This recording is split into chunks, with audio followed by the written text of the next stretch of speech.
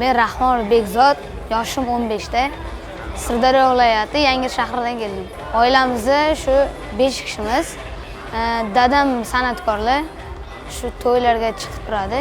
Yoshligimda shu san'at sohasiga qiziqishim dadamdan o'tgan. Shu uydagilar bilan maslahatlashib, Yangi shahar 4-sonli bolalar musiqa va san'at maktabiga olib kelishdi va hozir 2-sinf o'quvchisiman. Birinchi ustozim estrada yo'nalishida Abdulla Aliqulov bo'lgan va ikkinchi ustozim hozir Shahlo Ernazarova ustoz.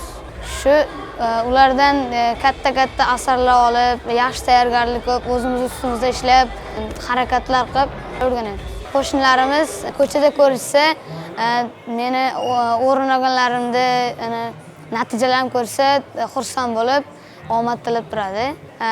Malades, boz, orqaga qaytma deydi. O'zing ustida ko'proq ishla deydi. Ozodbek Nazarbek ustozimiz qo'shiqlari juda yoqadi. Sen bog'dagi yilday sho'x bir damoram olsayding, sen bog'dagi yilday sho'x bir damoram olsayding, derlar orzuga ip yo'q, meni sevib qolsayding. Derlar orzuga ip yo'q, meni sevib qolsayding. Bu qo'shiqni o'rganish uchun 2-3 hafta yoqtirib ijro qildim.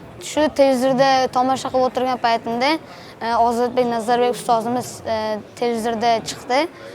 Yaxshi jarangdor, odamga yoqadigan qo'shiqlar aytadi. Dadam yoshligimdan beri juda maqtab, qo'llab-quvvatlaydi. Uydagilarim ham boz, qaytma orqaga deydi, yoningda biz bormiz deb podeshka qilib, ustozlarim ham dalda berib turadi. Ustozlarim menga shu seni shirali ovozing bor, juda yoqimli. O'zingni ehtiyot qilib qo'shiqlar kuyla, tomog'ini zo'riqtirib qo'yma deydi. O'zing ustida ko'proq ishlab, katta natijalarga erish deydi.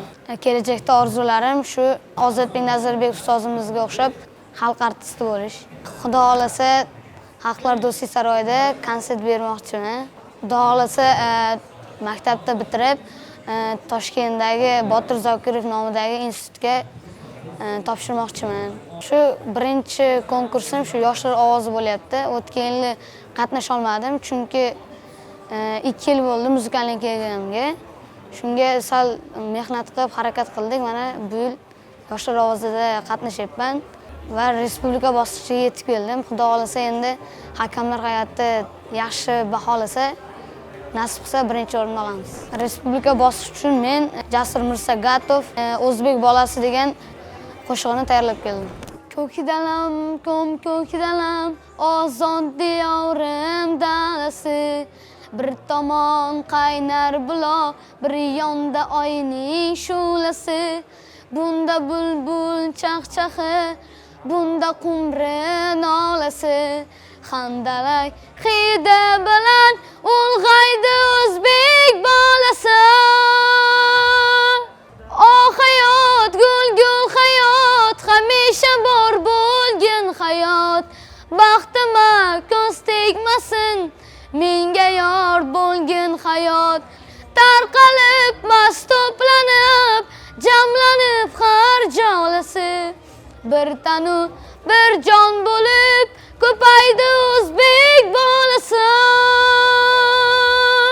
Bu qo'shiqni shu musikalni kelganimdan ustozim tanlab, birinchi sinflik paytimda ayttirgan. Hozir o'sha musikalida imtihonda shu asarni olganman va u qo'shiq yoqib, konkurslarga ham aytsam bo'ladimi deganman. Ustoz bo'ladi degan. Shunga mana xudo xolasa respublikada aytdik. Shu yoshlar ovozini Azamat degan aka aytdi. Telefon qildi. Yoshlar ovozi konkursi bo'lyapti. Shunga qatnashasanmi dedi. Mayli, ro'yxatdan o'tkazib qo'ying, qatnashaman dedim. O'tkazibdi. Keyin 2 haftadan keyin xabar keldi. Shahar boshlig'iga kel dedi, chaqirishdi. Keldim. U yerda o'sha o'qiydigan bolalar bilan raqib tushdim, o'zimni jo'ralarim bilan va birinchi o'rinda oldim. Xudo xolasa. U yerda ham shu o'zbek bolasini aytdim. Keyin viloyat bosqichi bo'ldi. U yerda ham shu o'zbek bolasini yaxshi tayyorgarlik bo'lgani uchun o'sha o'zbek bolasini aytdim. U yerda ham faxrli birinchi o'rinda oldim va mana respublika bosqichiga keldim. Bu yerda ham o'zbek bolasini aytdim.